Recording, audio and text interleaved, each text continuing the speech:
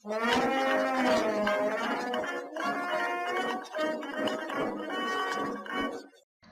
everyone, Adam Shaw here from Bravura Media Company. I know I haven't uploaded a video in a very long time, but I'm here again and I apologize again. I really just have so many fans and our channel is growing so large, and I just don't want to disappoint anyone that has been subscribing and watching these informational videos. So I just want to apologize. I'm back though. We have to pay attention to it. But today I have a vintage map of Annapolis, Maryland that was originally produced in 1864. As you can see, it is a bird's eye perspective map in that we get a three-dimensional perspective. We get to see building architecture. We get to see ships in the harbor. We get to see encampments. Lots of really great information on this map. We're going to dive in and explore and examine this map. But before we do, let's go over a brief history of Annapolis. The history starts with a Puritan settlement in the North Shore of the Severn River in 1649.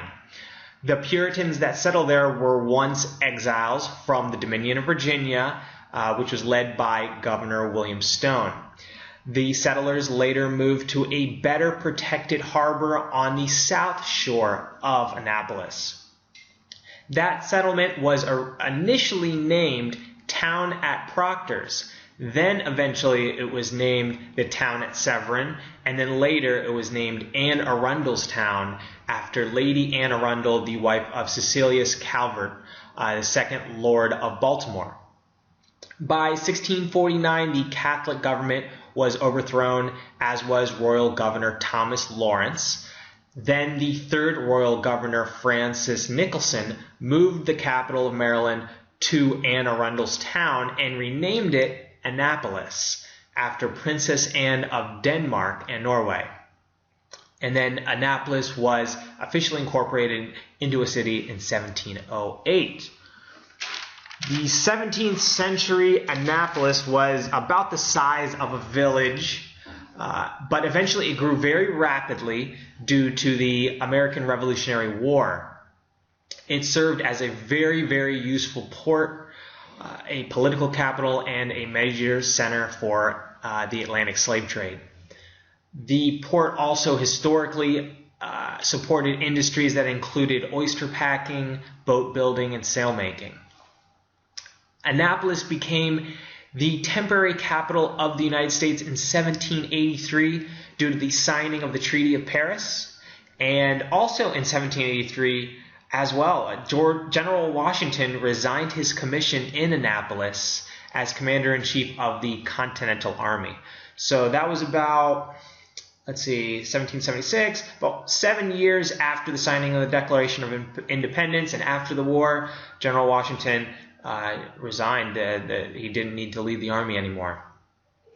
During the Civil War, Annapolis had a prisoner of war camp for Confederate soldiers that was named Camp Parole, and Annapolis also served as a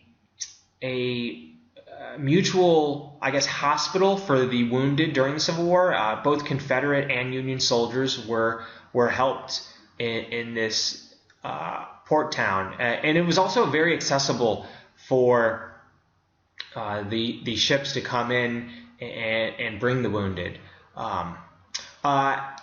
In this map, we're going to dive into this map. As we said before, it is an 1864 map, so obviously a lot of the drawings have to do with the time frame of the American Civil War.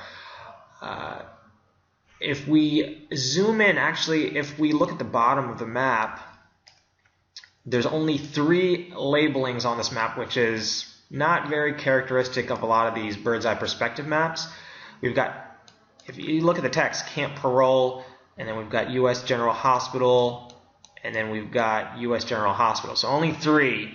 That's unfortunate because there's just so many buildings on this bird's eye perspective map. But I found 2 of the locations, the numbered locations, but I'll go into that further.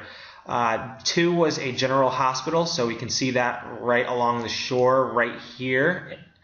And then 3 was another hospital, and I found that up here. And you can see that's kind of an encampment in this section. And, you know, I couldn't find number 1 labeling, but then I Google mapped Camp Parole, and I found out it was more inland, away from the harbor. And my guess is this drawing over here off in the distance is an encampment, and that's Camp Parole right up there. That'd be my best guess. But it's a very beautiful map. We can see lots of ships in the harbor, lots of river boats. And we can see kind of what the development of Annapolis looked like in 1864.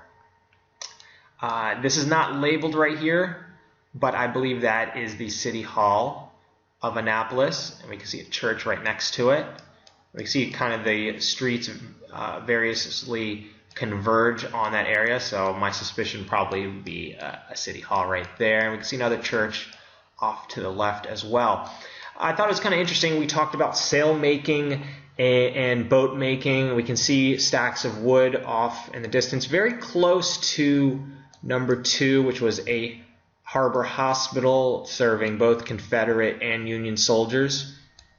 If we go over to the left of that, we can see these stacks, and I'm pretty sure shipbuilding was very close to that vicinity where the hospitals were. But we can see the various boats. I don't think we can see boat names. The details on these maps are just outstanding. The horse and buggies. We can see people. We can even see a troop regiment formation going down the street, kind of close to City Hall. I thought that was kind of cool. I see these little markers right here, and it looks like children playing in this kind of courtyard. It's just so interesting, the perspectives on these maps. And we can see a rowboat right out here. Really an amazing map. So I hope you guys have learned something and enjoyed this presentation. If you have any questions or comments, please leave them below. Please share and like this video. Also, if you're not subscribed to our YouTube channel, definitely check us out. We love uploading videos that kind of explore and examine history. We look at all kinds of different history, and we'd love to share this information for you. So definitely subscribe to us, share and like this video, and I will see you guys soon. Okay, take care.